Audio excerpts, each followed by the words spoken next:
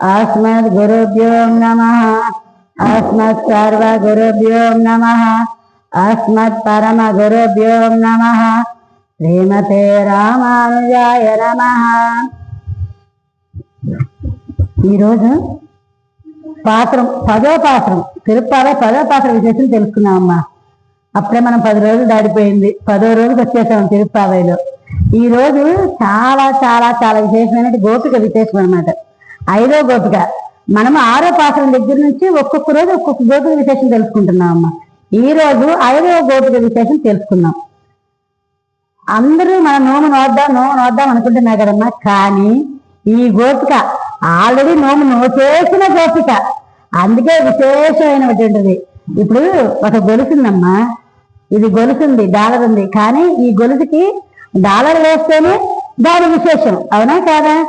ఇది దీనికి స్పెషలైజేషన్. అంటే ఈ అమ్మ ఈ అందరు గోపులు, ఈ 10 మంది గోపులు ఈ ఒక్క గోపిక మాత్రమే నోము నోచింది. అందుకని ఆమెను స్పెషల్ గా చెప్తున్నా అన్నమాట. చెప్పారు, అమ్మా మేము తలుపు కడతాం, తలుపు తీరేస్తారే, మాట్లాడినైనా మాట్లాడమ్మా అని చెప్తున్నారు. అంటున్నారు, లోపల కృష్ణయ్య ఉన్నాడా ఏంటి, తులసి దళాల వాసన వస్తుంది అని చెప్తున్నారు. తులసి దళాల వాసన అంటేనమ్మా, కృష్ణయ్య ఎక్కడ ఉంటాడో తులసి అక్కడ ఉంటది, తులసి ఎక్కడ ఉండదో కృష్ణయ్య అక్కడ ఉంటాడు. తులసి అనేది చాలా చాలా చాలా విశేషమైనటువంటిది. మనం ఎప్పుడైనా పూజలో ఎంత పూజ చేసినామా, పూలు లేకపోయినా పర్వాలేదు, 4 తులసి దళాలు. ఇప్పుడు అవకాశం అందరికీ ఉండదమ్మా. మన ఇంట్లో గాడి నుండి పెంచుకున్నాము, అందరికీ కొనేదానికి అవకాశం కూడా కొంతమందికి ఉండవు. కానీ తులసిని మాత్రం మన ఇంట్లో పెంచి 2 ఒకటి కాదమ్మా. ఎందుకంటే ఒకటి పూజించేదానికి ఉండాలి, ఒకటి మనం కోసుకునేదానికి ఉండాలి. పూజించే తులసిని ఎప్పుడూ కొయ్యకూడదమ్మా. అందుకని 2 తులసి దళాల చెట్లు ఉంచుకోవాలి, ఒకటి పూజకు ఉంచుకోవాలి. అది తులసి దళాలు, పూలు లేకపోయినా పర్వాలేదు, 4 తులసి దళాలు వచ్చి స్వామికి నమస్కారం చేసుకోండి అమ్మా, చాలు, ఇంకేమీ అవసరం లేదు. ఈ ఎందుకు తులసి తులసి అంటున్నారు అనుకుంటున్నారా? ఇప్పుడు తులసికి ఇష్టమైన ఏంటి? కృష్ణయ్య, తులసి, నెక్స్ట్ ఆవులు, గోపికలు. కృష్ణయ్యకి ఇష్టమైనవి మనకు కూడా ఇష్టమైనవేగా. అందువల్ల ఆయనకి ఇష్టమైనవి కనుక మనం కూడా ఇష్టంగా సేవిస్తే వారు సంతోషపడతారు. వారి సంతోషం కోసమే కదా మనం ఈ వ్రతం చేయడం కూడా. అదన్నమాట. ఈ గోపిక చెవుడుగా మొగదా అన్నారు. అంటే ఇక్కడ తప్పుగా అర్థం చేసుకోవద్దమ్మా. చెవుడుగా మొగదా అంటే పక్క విషయాలు, ఈ భగవత్ సంబంధం ఉండి భాగవతులమ్మా వాళ్ళకి ఏమీ వినిపించవు. 100 వ్యవహారాలు జరుగుతున్నా వాళ్ళకేమీ వినిపించవు. భగవంతుడు అంటావా అలర్ట్గా వింటారు, కానీ అనదరి విషయాలు అంటావా మనకెందుకులే అని చెవుడు అనమాట.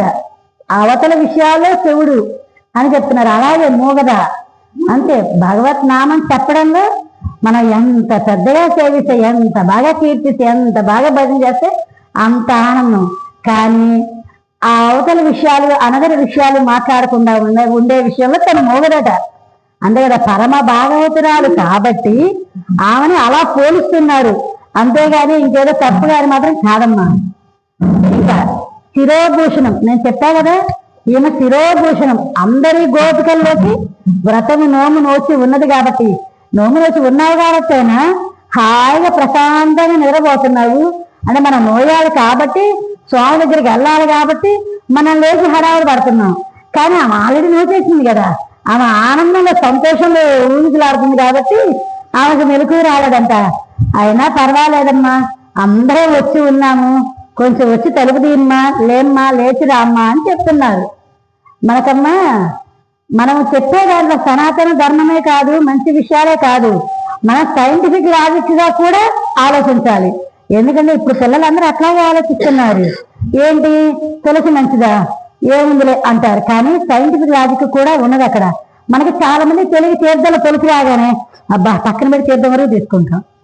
కానీ తులసి ఎంత విశేషం అంటే యాంటీ ఆక్సిడెంట్స్ అన్నారు. ఔషధ గుణాలు చాలా చాలా ఎక్కువగా ఉన్నాయి ఈ తులసిలో.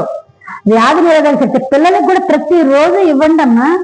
ఎంత యాంటీ అంటే ఒకటి రోజు తప్పకుండా కంటిన్యూ, అంటే ఊళ్ళో లేనప్పుడు ఎప్పుడైనా పర్వాలేదు, ప్రతిరోజు కనుక పిల్లలకి కనుక ఇవ్వడం అలవాటు చేస్తే చాలా వ్యాధి నిరోధక శక్తి పెరుగుతుందమ్మా. అలాగే షుగర్ పేషెంట్స్ కూడా ఉదయాన్నే పరగడుపున కనుక సేవిస్తే చాలా చాలా షుగర్ కంట్రోల్ వస్తుంది. ఇంకా ఒత్తిడి, మనకి ఇప్పుడు మానసిక ఒత్తిడి లేని వాళ్ళు ఎవరన్నా, మెంటల్ టెన్షన్ లేని వాళ్ళంటే ప్రపంచంలో ఎవరు లేరు. ఆ ఒత్తిడి కూడా చాలా తగ్గిస్తుంది. ఇంకా మెమరీ పవర్, పిల్లలకి చదువుతారమ్మా కానీ ఎగ్జామ్స్ రాసేటప్పటికి అదేంటి మర్చిపోతారు. అంత బాగానే ఉంటుంది, చదివేటప్పుడు బాగానే గుర్తున్నట్టే ఉంటుంది, కానీ చెప్పేటప్పుడు మాత్రం గుర్తుండదు. మెమరీ కొంచెం తక్కువగా ఉంటుంది అన్నమాట. ఇది తినడం వల్ల కూడా చాలా మెమరీ అనేది పెరుగుతుంది. ఇంకా మన ఈ తులసి చెట్టమ్మ ఆక్సిజన్ మనకి 24 గంటలు కనుక ఉంటే 22 గంటల ఆక్సిజన్ విడుదల చేస్తుంది. అందుకని ఇళ్లలో కానీ ఎక్కడైనా ఆ తులసి చెట్లు ఎక్కువగా పెంచితే ఆక్సిజన్ ఎక్కువగా విడుదల చేసి వ్యాధులు అన్ని రకాలుగా ఉపయోగపడుతుంది. అలాగే ఇవి ఉన్న చోట వీటిని కొన్ని రకాలుగా ఉపయోగిస్తే దోమలు కూడా రావమ్మా. చాలా చాలా రకాలుగా ఉంటుంది. అలాగే తులసి మనకి ఎండిపోయి ఇప్పుడు చెట్టు పరంపరిస్తుందమ్మా. ఆ ఎండిపోయిన కింద తులసి ఇది ఉంటుంది కదా, దాన్ని కూడా యాగాల్లో హోమాల్లో ఉపయోగిస్తారు. ఎందుకంటే ఆ పొగ కూడా చాలా చాలా విశేషంగా అందరికీ ఉపయోగపడుతుంది. అట్లా ప్రతి ఒక్కళ్ళు తప్పనిసరిగా అదొక నిత్యకృత్యంగా రోజుకు ఒక 3 దళాలమ్మా, 3 ఆకులు కాదు 3 దళాలు.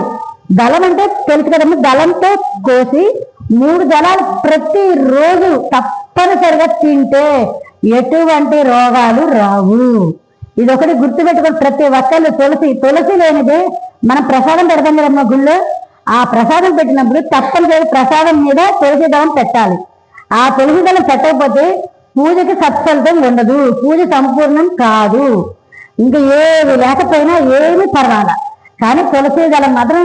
ఇప్పుడు మనకి శుక్రవారం అమ్మా, శుక్రవారం తులసి కోయకూడదు. మనందరికీ తెలుసు మంగళవారం శుక్రవారం అలా కోయకూడదు కొన్నిసార్లు. ఏకాదశి రోజు అప్పుడు ఏం చేయాలంటే ముందు రోజు కోసి ఫ్రిడ్జ్ లో పెట్టేసుకోండి. లేదు ఇంకొక మాట కూడా చెప్పారమ్మా, తులసి పచ్చగా ఉంటేనే కాదట. ఒకవేళ మనకు అవకాశం లేదు ఎండబెట్టుకొని ఎండిని కూడా డబ్బాలు పెట్టుకోవచ్చంటమ్మా. ఎండిపోయిన తులసి కూడా విశేషమేనంట. మనకు అవకాశం లేనప్పుడు అలా కూడా ఉపయోగించవచ్చంట. అందువల్ల ప్రతి ఒక్కళ్ళు తులసిని రోజుకు 3 దళాలు తిని మనం ఆరోగ్యంగా ఉంటేనే కదమ్మా భగవంతుని సేవించాలన్నా, యాత్రలకు వెళ్ళాలన్నా, గోష్ఠిగా రావాలన్నా, ఏది చేయాలన్నా ముందు మనకు ఆరోగ్యం బాగుంటేనే ఏదైనా చేయగలుగుతాం. ఆండాళ్ తిరువడుగలే శరణం, ఆళ్వార్ తిరువడుగలే శరణం.